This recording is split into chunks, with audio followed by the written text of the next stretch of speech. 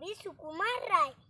ইঁদুর দেখে মামদো কুকুর বললে তেড়ে হেঁকে, বলবো কি আর, বড়ই খুশি হলাম তোরে দেখে। আজকে আমার কাজ কিছু নেই, সময় আছে মেলা, আয়না খেলি দুইজনেতে মকদ্দমা খেলা। তুই হবি চোর, তোর নামেতে করবো নালিশ রুজু, জজকে হবে বললে ইঁদুর বিষম ভয় জুজু। কোথায় উকিল পেয়দা পুলিশ, বিচার কিসে হবে?